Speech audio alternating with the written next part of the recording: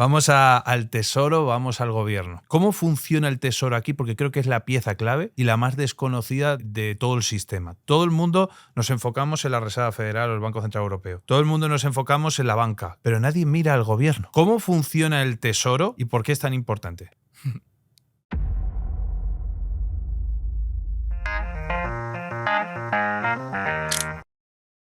Bueno, el Tesoro es el propio gobierno estadounidense, pero se encarga de básicamente cómo funciona el gasto del gobierno. El balance del gobierno no es como el balance de una persona. Y ya empezamos con cosas injustas, porque obviamente es un gobierno, ¿no? Pero tú, si quieres pedir deuda, pues te van a decir, a ver, justifícame que esta deuda la vas a poder pagar, o quieres una hipoteca, o quieres lo que sea, o dame un colateral, o lo que sea. Colateral, lo que sea. Eso es. El gobierno no. El gobierno gasta y luego financia. Es decir, tiene un gasto que tiene que, pues, Medicare, armamento, carreteras, tiene un gasto. No, una no está partida de gasto. esperando a recaudar los impuestos ni a financiarse. No. Eso, pum, de hecho, crean es que, dinero. De la nada, pum. Pero si es que esto se implica muy rápido. Es que no hay impuestos para pagar todos los gastos del gobierno. Por eso hay déficit. El superávit y el déficit. El déficit se crea cuando el gasto es superior a lo que ingresas. Entonces, el ingreso es eso, los impuestos. El gasto es lo que llevan a cabo. Y, obviamente, como el gasto es mayor, hay un déficit. Ese déficit, ¿cómo lo cubres? Emites deuda, ¿no? El gobierno firma.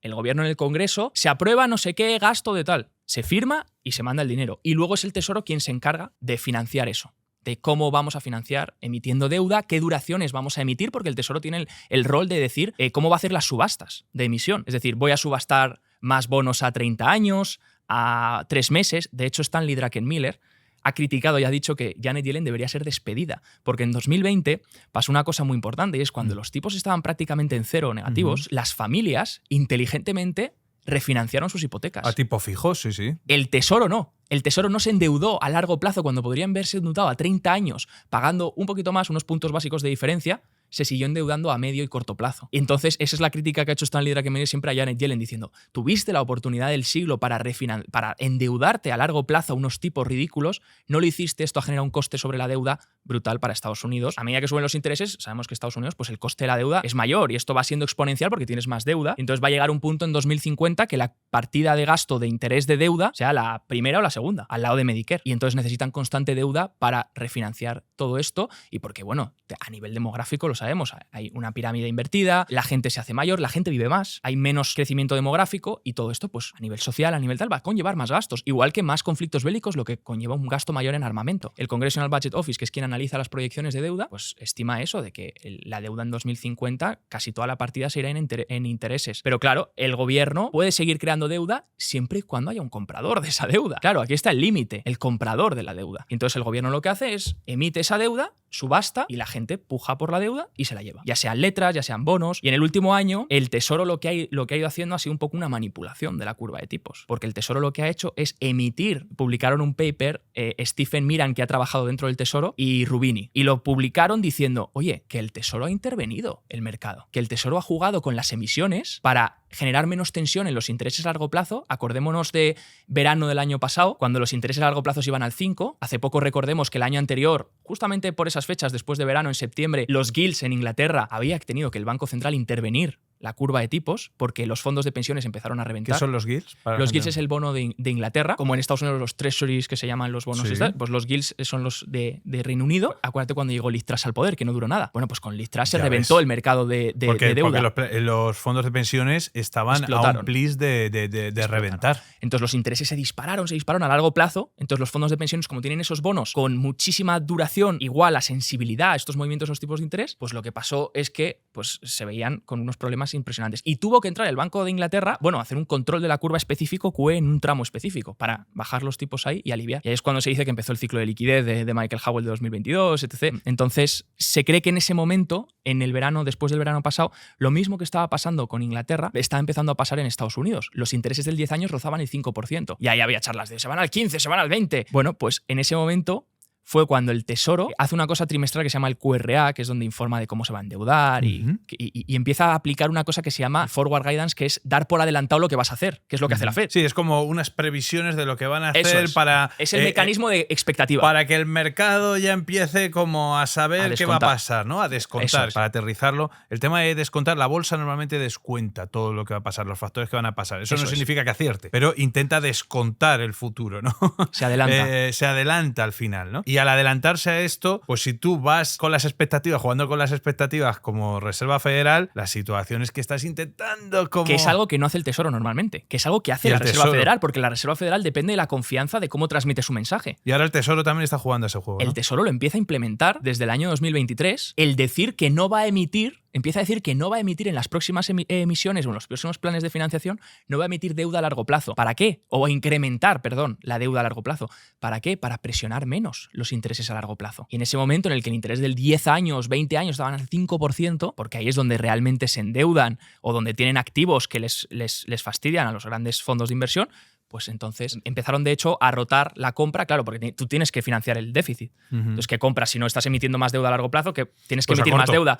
Pues a corto. Y de hecho se ve en el gráfico que comparten en el paper que básicamente lo que ha hecho el Tesoro es emitir mucho más deuda a corto plazo de la que normalmente suele hacer. Y eso es una práctica habitual de recesiones. Es decir, no se suele hacer en un momento en el que se supone que todo va bien, como nos dicen. Se suele hacer en un momento en el que hay una recesión y el Tesoro necesita endeudarse sin generar un problema de liquidez en el mercado. Necesita endeudarse a corto plazo, emitir letras para cubrir ese déficit que, como sabemos, los gobiernos cuando hay una crisis o lo que sea, tiran de déficit. Pero la curva está invertida. Por lo tanto, ahora mismo, aunque esté financiándose a corto plazo está pagando más intereses que a largo plazo. Sí, pero generas un efecto menos restrictivo. Y aquí te puedes meter con lo que hubo el año pasado, tampoco vamos a entrar en tantos tecnicismos, que era el tema del repo inverso, que estaba depositado en la Fed. Los fondos monetarios, todo ese dinero que tenían, lo tenían depositado en la Reserva Federal. Entonces, había dinero para absorber. Al final, el fondo monetario o compra un fondo monetario, que es al final... Sí, explica el fondo monetario. Vale, un fondo monetario lo que vas es un sitio donde tú metes tu dinero, en un fondo monetario, una divisa, y el fondo monetario lo que va a hacer es darte más o menos el tipo de interés interbancario que hay en ese momento, cómo están los tipos en ese momento, ¿no? Entonces, ¿cómo lo hace? Compra letras del gobierno, pues deuda a muy corto plazo para no tener riesgos, hace repo privado, acuerdos de deuda entre diferentes entidades y demás, ¿no? Entonces, claro, tú si le puedes prestar al Banco Central, mejor que si le puedes prestar a otra entidad privada, ¿no?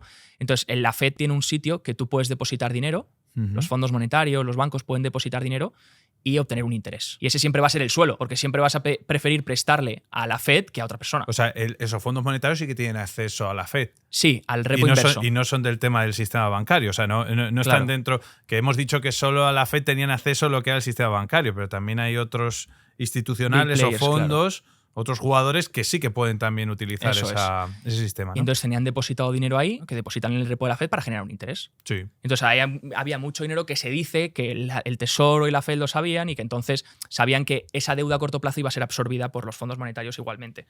Porque iban a comprar igualmente las letras en vez del repo inverso y mover ese dinero ahí. ¿Qué es eso de los repos? El repo es un préstamo que luego se va a deshacer y se da mediante un colateral. ¿Y el colateral normalmente qué es? Pues el colateral normalmente suelen ser bonos, letras. O sea, lo que están haciendo es como ir a una casa de su... eso es. Sí, como ir a...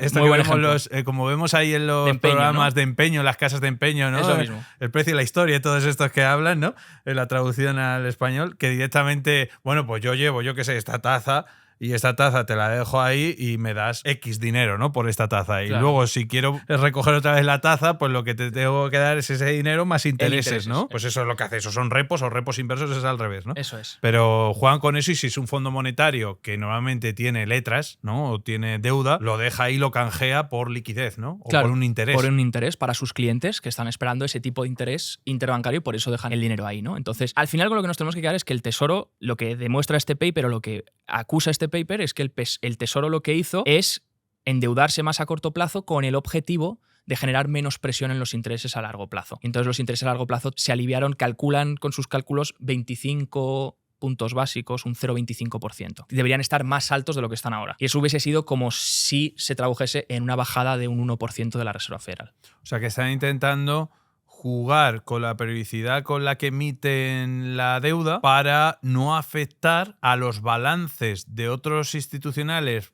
fondos de pensiones, fondos monetarios que tienen deuda de ellos, del Tesoro, pero tienen deuda a largo plazo y que con esta subida tan repentina de los tipos de interés la tienen en pérdidas latentes, lo más seguro, ¿no? Y si siguen todavía intentando que se suba ese tipo de interés a largo plazo, eso afecta a la valoración de todo lo que tienen en balance este tipo de instituciones y por lo tanto puede hacer que quiebren fondos de pensiones, que quiebren... Claro, podrías tener que llegar a una intervención de la curva, que yo de hecho es algo que no descartaba, que cuando estuvieron disparándose los tipos a largo plazo tanto, no descartaba que la Fed llegase y dijese, oye, voy a intervenir la curva, algo que ya se hizo en 1900... ¿Cómo se interviene en la curva? Como hace el Banco de Japón. Tenía intervenida la curva los tipos a largo plazo, pones un tope y básicamente cuando los intereses suben de ese tope tú tienes que comprar para hacer que los intereses bajen. Bueno, por eso están los balances de Japón como están, ¿no? Porque es la prueba de experimento del QE constante, ¿no? Y por eso la deuda está como está. O sea, ese es el sistema. Tienes que constantemente intervenir la curva para capar los intereses en un cierto nivel. Voy a recopilar cosas que hemos dicho del Tesoro. La primera es que el Tesoro gasta y luego se financia. Bueno, el gobierno gasta y luego se financia. Bueno, o el gobierno gasta.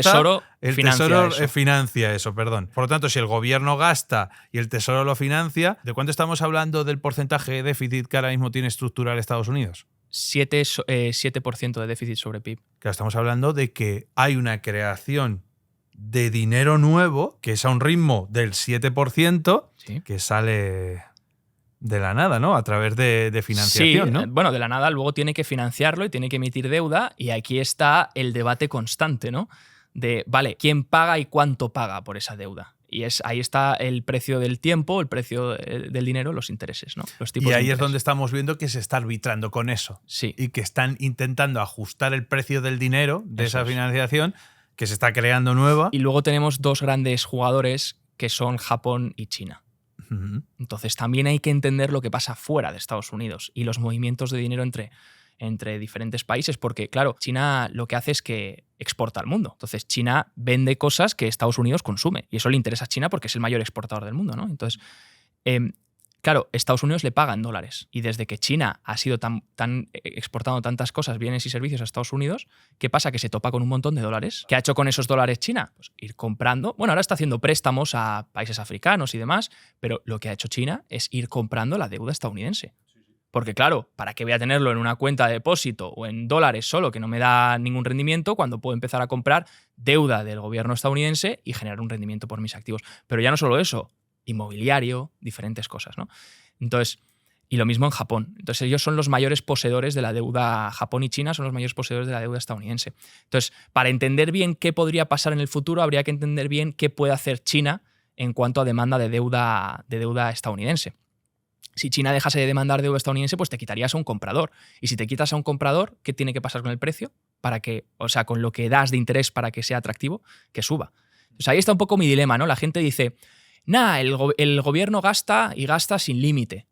Y es verdad, el gobierno gasta lo que le da la gana. Lo que pasa, bueno, tiene que aprobarlo en el Congreso. Sí, sí. Lo que pasa, que el coste, ¿cuál puede ser? Lo primero, inflación, porque si el gobierno crea dinero y hay más dinero persiguiendo una productividad que no incrementa el mismo número de bienes y servicios, van a subir de precio. Pero luego lo segundo, el coste de eso.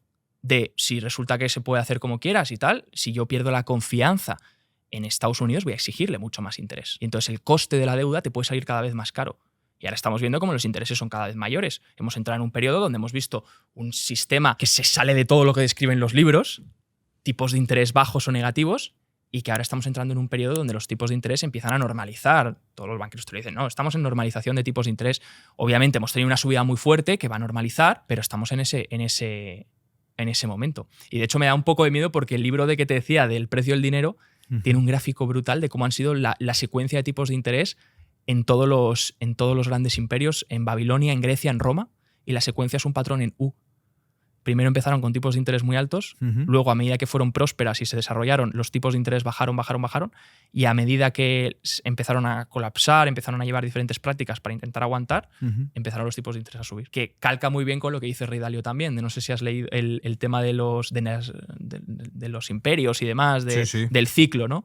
De que llega un punto que cuando Está el libro por ahí detrás tuyo. Sí, no, pues es literal lo que casca Ray Dalio, ¿no? Que dice, llega un punto en el que hay más impresión, más deuda, más guerras, más no sé qué, y vas viendo todo el ciclo y compagina un poco con este tema del tipo de interés. Pero bueno, eso ya son un poco teorías.